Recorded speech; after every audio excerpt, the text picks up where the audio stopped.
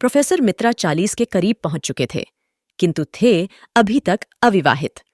यह बात नहीं थी कि वे विवाह करना ही न चाहते थे, पर वे जैसी आदर्श पत्नी की खोज में थे, वैसी उन्हें अभी तक कहीं न मिली थी। प्रोफेसर मित्रा स्वभाव से ही उदार और सुशील थे। रंग सांवला, कद ऊंचा और चेहरा सुडौल था। वे बहुत कम बोलते थे, स्वभाव के कुछ झक्की थे, पर थे आदमी अच्छे।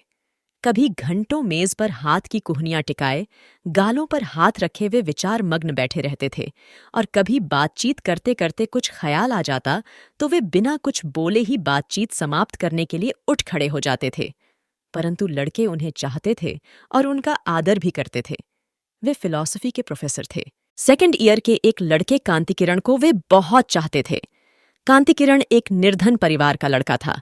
उसकी फीस और पढ़ाई का कुल खर्च प्रोफेसर मित्रा अपने पास से देते थे। कांतिकिरण सच्चरित्र, सुशील, तीक्ष्ण बुद्धि और मेधावी था।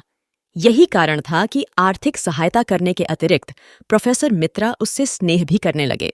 प्रोफेसर मित्रा अविवाहित थे ही। शहर से जरा हटकर उनका एक बड़ा सा बंगला था, जिसमें रहने वाला उनके अतिरिक्त और कोई न था।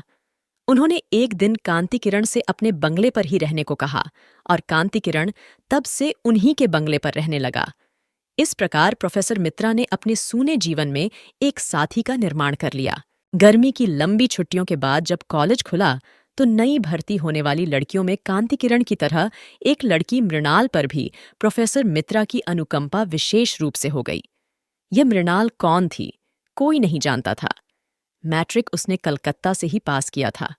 अपनी विधवा माँ के साथ कुछ ही दिन हुए यहाँ आई थी। मृणाल भी निर्धन थी।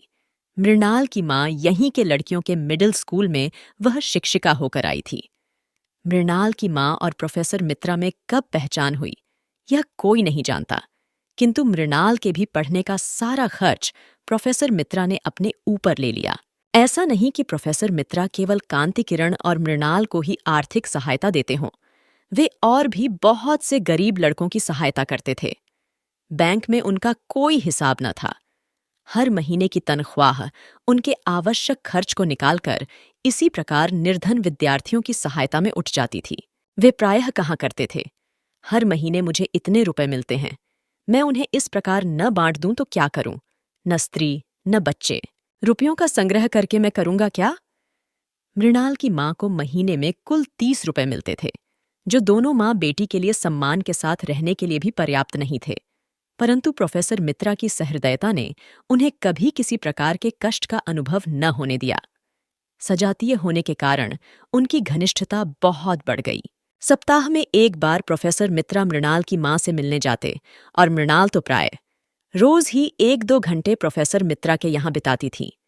मृणाल लॉजिक की, जिसे प्रोफेसर मित्रा ही पढ़ाते थे, बड़ी अच्छी छात्रा थी। प्रोफेसर मित्रा उससे बहुत खुश रहते थे। मृणाल अपनी माँ की पहली संतान थी।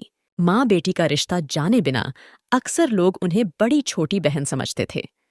मृणाल के जन्म के कुछ ही समय बाद मृणाल के पिता का देहांत हो गया था। तब से इसी प्रकार नौकरी और ट्यूशन करके मृणाल की माँ उसे इतनी बड़ी कर पाई है। अब उसे सबसे बड़ी चिंता मृणाल के विवाह की थी। जिस लड़की को उसने कष्ट से पढ़ा लिखाकर पाल पोसकर इतनी बड़ा किया है, उसे किसी सुयोग्य वर के हाथों सौंपकर ही वह निश्चिंत हो सकती है। वह पढ़ा लिखा, कुलीन वंश का और खाते पीते घर का हो, जिससे उसकी मृणाल सुखी रहे, यही मृणाल की माँ की कामना थी। निर्धनता का जो कटु अनुभव मृणाल की माँ को था, वह भूलने के योग्य नहीं था। उसी निर्धनता के दलदल में वह जानबूझकर अपनी बेटी को नहीं फंसाना चाहती। इसीलिए तो मृणाल 18 वर्ष की हो जाने पर भी अविवाहित थी। मृणाल की माँ को जब मालूम हुआ कि प्रोफेसर मित्रा अविवाहित हैं, तो वह सोचने लगी कि मृणाल और प्रोफेसर मित्रा की जोड़ी तो बुरी नहीं रहेगी। प्रोफेसर मित्रा की उम्र वैसे कुछ ज्यादा भी नहीं है, इसके अतिरिक्त मेरी मृणाल रानी बनकर भी तो रहेगी। एक दिन मृणाल की माँ ने निश्चय किया, वह प्रोफेसर मित्रा से उनके अविवाहित रहने का कारण पूछेगी। उस दिन शाम को जब प्रोफेसर मित्रा आए तो उसने साहस करके यह सवाल उठाया, मित्रा साहब, मैंने सुना है कि आपने अभी तक विवाह नहीं किया है। यदि आपको कोई अड़चन न हो तो क्या मैं जान सकती हूं कि इस संन्यास का क्या कारण है? प्रोफेसर मित्रा के सामने ऐसा सवाल भी इस घर में उनसे कभी होगा, वह न जानते थे। बोले, मैंने आज तक विवाह की ओर ध्यान ही नहीं दिया। क्यों नहीं दिया? कह नहीं सकता। अब तक नहीं दिया तो अब तो ध्यान देना चाहिए। शाम को लौटकर जाते हैं तो क्या वीरान सा घर आपको अच्छा लगता है? प्रोफेसर मित्रा हंसकर बोले, नहीं, घर तो वीरान नहीं रहता, कांति किरण रहता है। अक्सर मृणाल आ जाती है, फिर नौकर चाकर भी तो रहते ही हैं। मृणाल की मां तनिक हंसकर बोली, नौकर चाकरों से कहीं घर आबाद हुआ है। और कांति किरण क्या? उसकी पढ़ाई खत्म हुई, 2 महीने बाद अपने घर चला जाएगा। मित्रा साहब हंसकर बोले, मृणाल तो रहेगी। मृणाल की मां जरा गंभीर होकर बोली, हाँ, मृणाल तो रहेगी, पर ऐसे रहने से क्या होता है? मैं मृणाल के ही लिए कह रही हूं। अब मृणाल के साथ गृहस्थी बसाओ, मैं भी उसके हाथ पीले करके निश्चिंत हो जाऊं। प्रोफेसर मित्रा चौंक पड़े। मृणाल के साथ गृहस्थी बसाओ? मृणाल तो बच्ची है, मैंने उसे सहायता दी है, तो क्या उसका पुरस्कार मुझे लेना पड़ेगा? वो बोले, छोटा था तभी माताजी नहीं रहीं। 20 साल का भी न हो पाया था कि पिताजी भी संसार छोड़कर चले गए। कोई सुनने वाला था ही नहीं। न तो विवाह के विषय में कभी सोचा, न सोचने का समय मिला। आज 18 साल से यूं ही एकाकी जीवन बिता रहा हूं। जीवन में किसी भी प्रकार का असंतोष नहीं है। अब इस उम्र में शादी करूं? अब तो बूढ़े होने में अधिक देर नहीं है। मृणाल की मां बोली, यही तो शादी की उम्र है, बचपन की शादी किस काम की?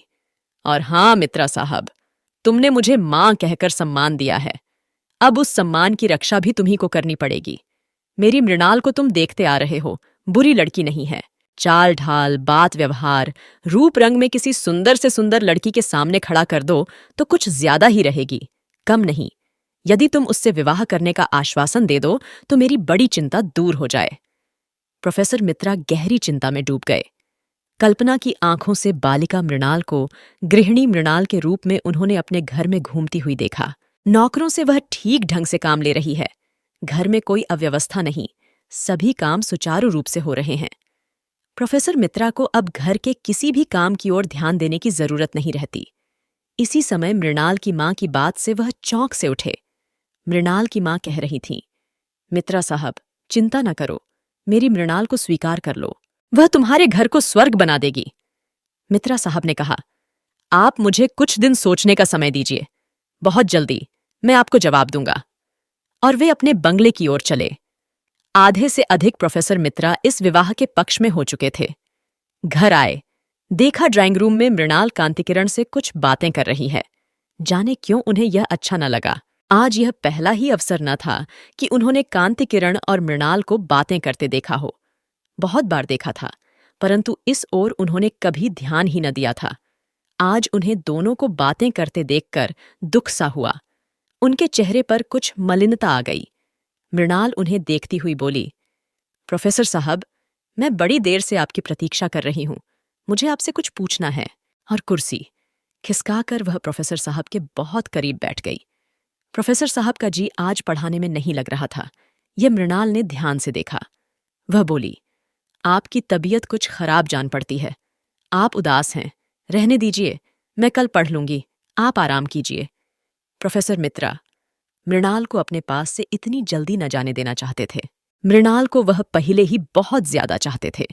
फिर आज उसकी मां ने विवाह का प्रसंग छेड़कर मृणाल के प्रति उनकी सारी कोमल भावनाओं को जागृत कर दिया। वे बोले, पढ़ो मत, कुछ देर पास बैठो मृणाल। मृणाल बैठ गई। मित्रा ने कई बार उसके सुंदर मुख और अलहड़ यौवन को ध्यान से देखा। उन्होंने निश्चय किया कि विवाह करूंगा। मैं जिस आदर्श रमणी को खोज रहा था वह मृणाल ही है। उनके कल्पना जगत में मृणाल उनकी गृहिणी, बंगले की अधीश्वरी, उनके बच्चों की मां, सब कुछ बन गई। इधर मृणाल को बैठे बैठे 20 मिनट हो गए। उसने पूछा, जाऊं? रात बहुत हो जाएगी तो मां बहुत घबराएगी। प्रोफेसर मित्रा चौंक पड़े। बोले, हाँ मृणाल, रात बहुत हो गई, चलो तुम्हें छोड़ आता हूं। आप क्यों तकलीफ करते हैं? ड्राइवर से कह दीजिए, मृणाल ने कहा। पर प्रोफेसर साहब न माने। वे बोले, नहीं, चलो मैं ही छोड़ आऊंगा। और वे मृणाल को लेकर चले। ड्राइवर तो था भी नहीं, ऐसी हालत में अक्सर कांतिकिरण ही उसे छोड़ने जाया करता था। इस वार्ता में भी ड्राइवर की जगह मृणाल का मतलब कांतिकिरण से ही था। प्रोफेसर साहब मृणाल को छोड़कर आए। उस दिन रात भर वे न सो सके।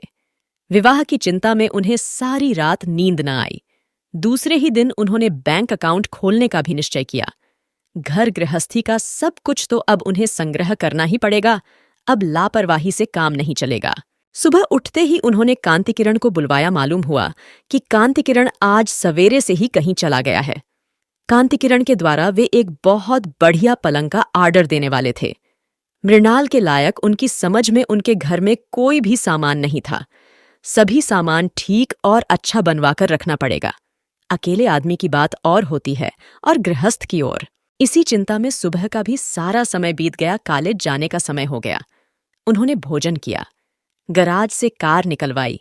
उन्होंने सोचा कि पहले मृणाल के घर जाकर उसकी मां को विवाह के विषय में अपनी स्वीकृति की सूचना दे दें और फिर कॉलेज जाएं। विवाह करना ही है तो फिर देर करने से क्या फायदा। वे कार स्टार्ट कर ही रहे थे कि एक साइकिल सवार आ उपस्थित हुआ और उसने एक लिफाफा प्रोफेसर साहब को दिया। पत्र में लिखा था, माननीय प्रोफेसर साहब, हम दोनों यानी मैं और मृणाल अंतरजातीय विवाह के नियमों के अनुसार आज विवाह सूत्र में बंधने जा रहे हैं। विवाह की रजिस्ट्री के लिए हमें आज कचहरी जाना पड़ेगा। अतएव आज हम दोनों कॉलेज न आ सकेंगे, क्षमा कीजिएगा। हम हैं आपके आशीर्वाद के अभिलाषी कांतिकिरण और मृणाल। पत्र पढ़कर एक फीकी हंसी के साथ प्रोफेसर मित्रा ने अपनी कार कॉलेज की ओर बढ़ा दी। यह कहानी यहीं खत्म होती है। और हाँ, अगर आप कोई अपने पसंद की कहानी सुनना चाहते हैं तो कमेंट में ज़रूर बताइए, मैं कोशिश करूंगी। और प्लीज़ लाइक और सब्सक्राइब करना मत भूलिएगा। सुनने के लिए धन्यवाद।